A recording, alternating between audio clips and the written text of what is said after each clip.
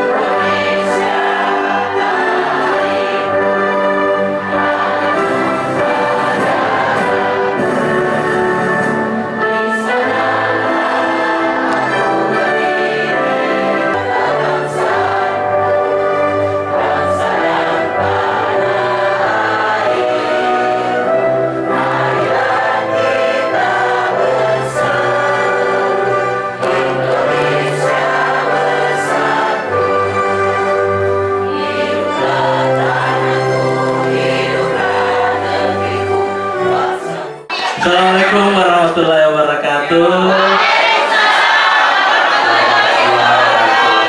Untuk kita semua yang saya hormati, yang saya banggakan dan saya cintai, dua rekan saya hadir di sini, Ibu Haja Amalia Malik SH. Beliau adalah Sekretaris Dinas Kebudayaan Kota Makassar.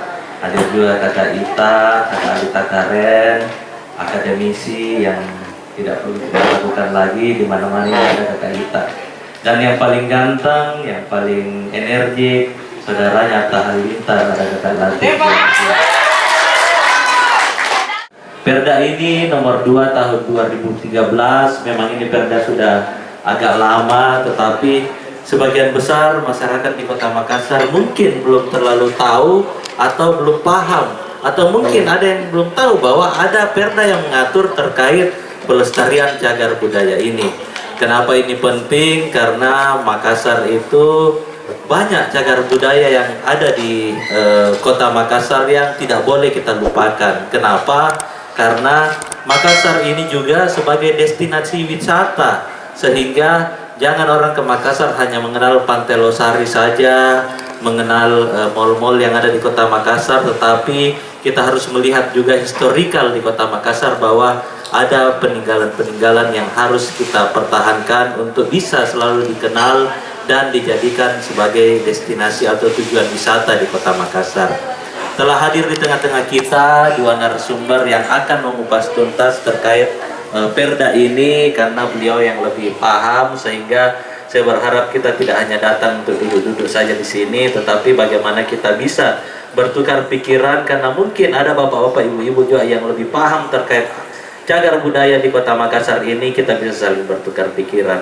Mungkin itu dari saya, kurang dan lebihnya mohon dimaafkan. Setelah ini kita lanjutkan untuk bagaimana mendengarkan dari dua narasumber kita, sehingga saya kembalikan kepada Kakak Latif untuk memandu kegiatan ini. Terima kasih. Terima kasih sekali Pak Dewan, karena sebenarnya perda ini cukup lama.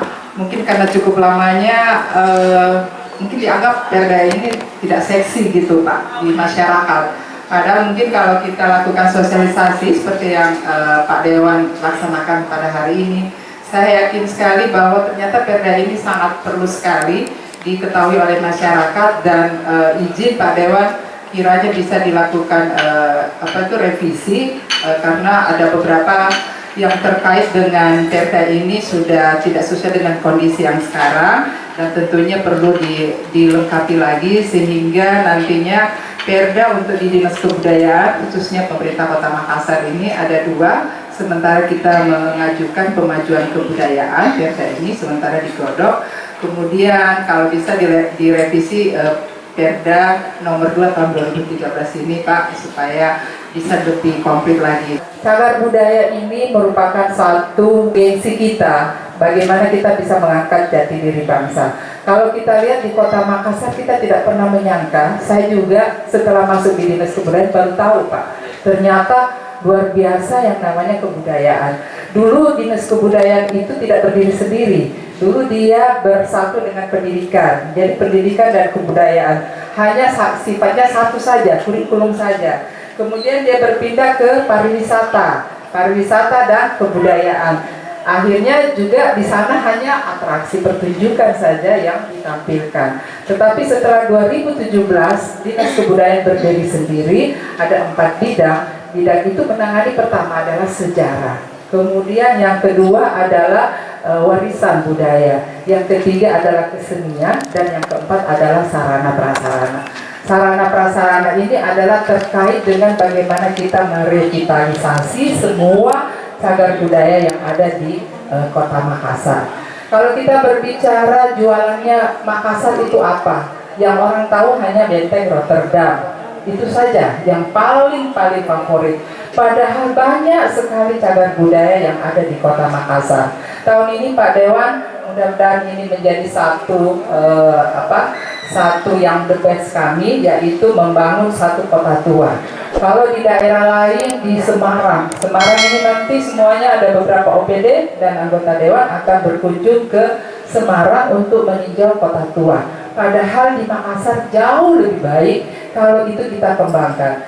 Kota tua itu mulai kita ambil di Pasar Butuh. Pasar Butuh itu stasiun kota dulu Pak. Makanya itu dia bentuknya seperti kayak kodok gitu. Kita jalan di Klenteng. Kemudian kita maju sedikit, kita dapat Harmony Society yang DKM.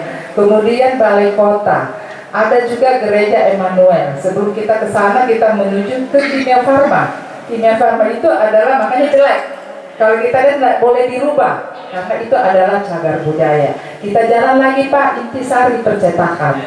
Kemudian di depan Kadin SMP 6, situ juga adalah cagar budaya yang dulu perkantoran, gudang. Kalau nggak salah itu dulu gudang senjata Pak.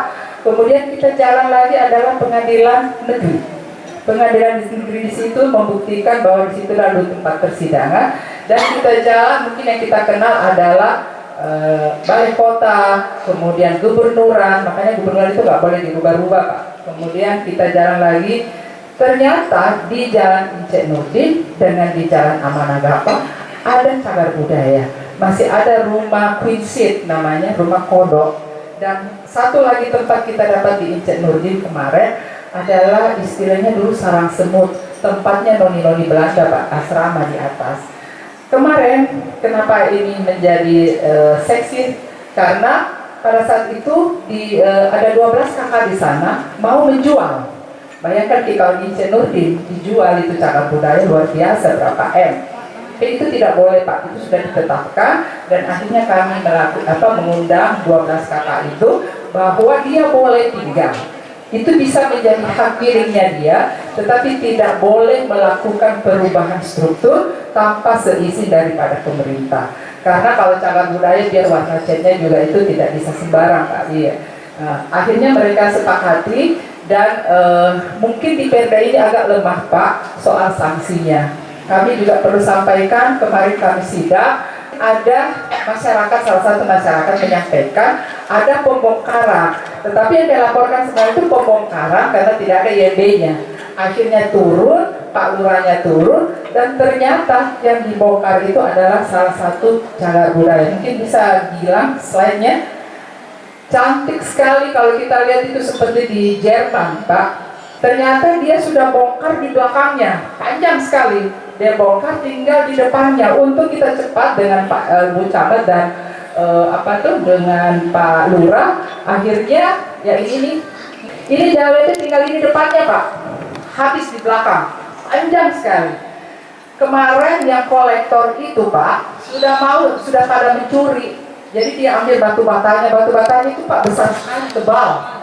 Baloknya itu Pak tidak pakai tiang, tapi bisa menyanggah gedung itu. Itu batu batanya ditawar 2 juta, bayangkan. Kalau orang tahu, semua orang berebutan mau ambil itu. Baloknya kemarin sudah ada mau ambil itu karena ditawar sudah 20 juta Pak. Kalau orang kolektor, iya. Jadi hal-hal seperti ini yang kita tidak tahu sebenarnya. Kita berharap masyarakat bisa membantu apabila ada hal-hal yang kita temui seperti ini. Cagar budaya itu apabila dia berusia 50 tahun ke atas. Iya. Ada lagi slide berikutnya, saya perlihatkan ini. Ini ada di Telo. Di Telo ini dulunya tempat tentara Jepang. Dan kuburan itu ada kira-kira 400 kuburan, dan itu sudah dibongkar dan dibangun Kodim kalau nggak salah Kodam. Di situ masih ada kinsit. Ada satu tempat rumah masyarakat itu menghibahkan tanahnya untuk dibuatkan prasasti. Dan sampai saat ini kita sendiri tidak tahu bahwa ternyata Kaisar Jepang yang datang memberikan penghargaan kepada masyarakat ini karena mau menghibahkan tanahnya untuk jadi prasasti. Ini Pak Dewan menjadi salah satu kalau kita mau bagaimana Makassar menjadi destinasi. Ada sedikit mungkin juga yang kita lupakan, saya sampai menangis gitu Pak. Saya juga baru tahu setelah saya di Dinas Kebudayaan, saya sudah rasanya sudah memiliki namanya cagar budaya Stadion Matoangi. Stadion Matoangi itu adalah cagar budaya. Sayang sekali dibongkar, diratakan. Sedih sekali Pak, untung masih ada gor, untung masih ada kolam renangnya, tempat tulisan dulu ambil angka itu Pak, lalu waktu SD, di situ kita harus berenang di Matoangi, kalau tidak dapat di angka, itu masih ada sedikit. Kalau tidak habis, tidak ada cagar budaya kita. Padahal itu stadion, kalau kita pergi ke luar negeri Pak Dewan ya, stadion itu kebanggaan. Mungkin tinggal yang diperbaiki boleh, tapi strukturnya yang tidak boleh dirubah. Ini kan rata habis. Iya, memang sempat masyarakat di sana mengatakan bahwa leluhur kita itu marah. Jadi ada kena dampaknya juga yang melakukan pembongkaran sehingga warisan leluhur kita itu mengamuk. Selaku anggota masyarakat, apa yang bisa kita lakukan untuk melindungi cagar budaya ini? Keterlibatan masyarakat atau komunitas setempat secara sukarela dalam proses membuat keputusan sampai kepada implementasi. Ini sebagian besar di Tamalate. Teman-teman tahu nggak ada cagar budaya di Tamalate? Benteng Sumbaupu. Ya, itu Benteng Sumbaupu adalah salah satu cagar budaya.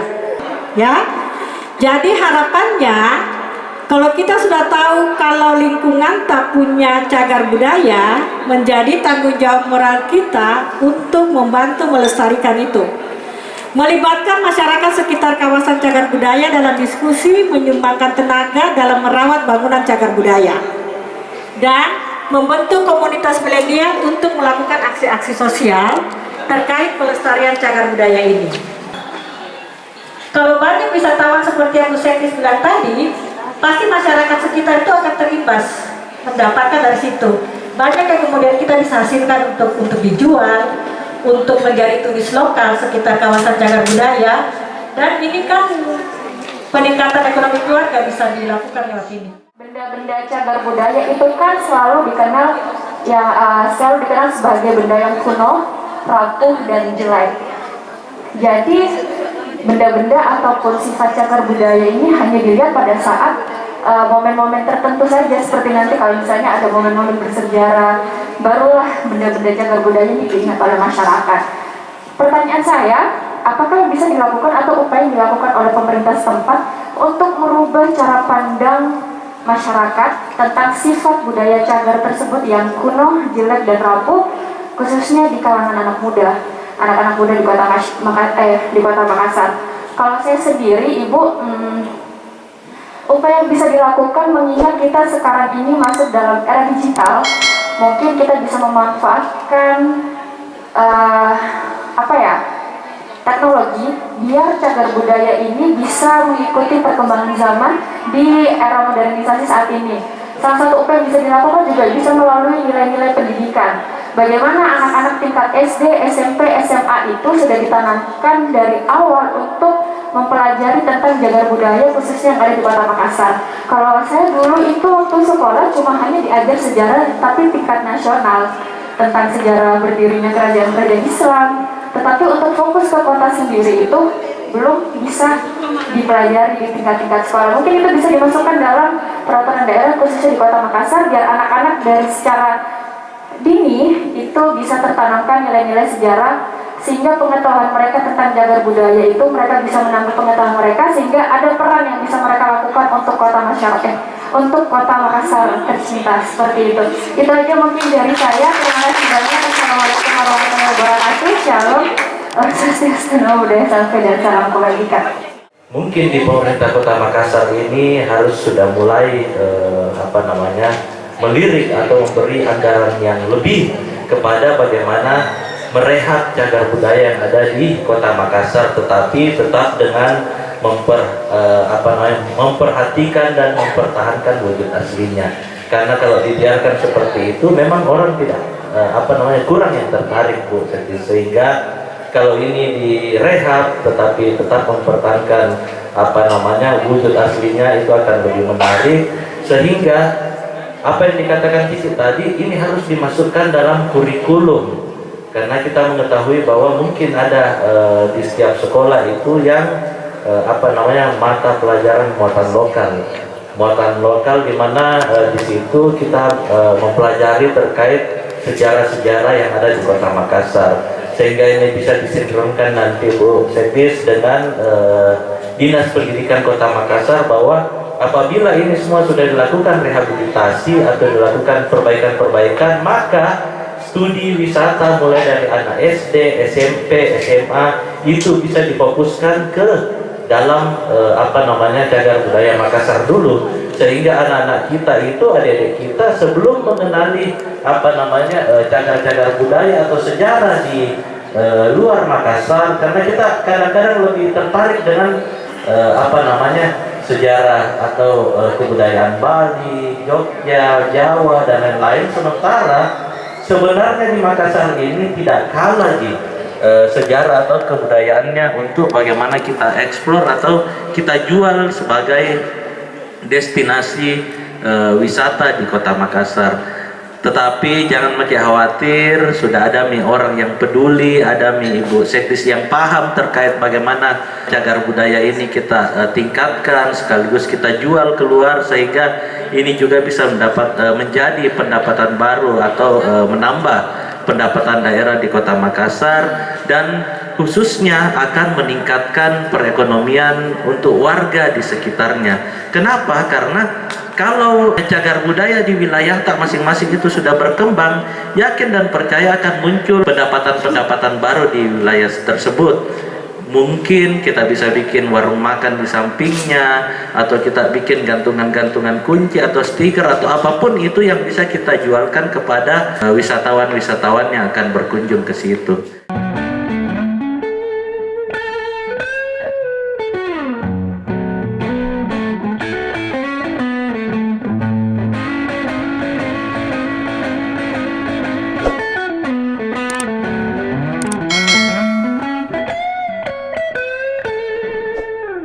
Jangan lupa di like, subscribe, dan di share. Semoga bermanfaat.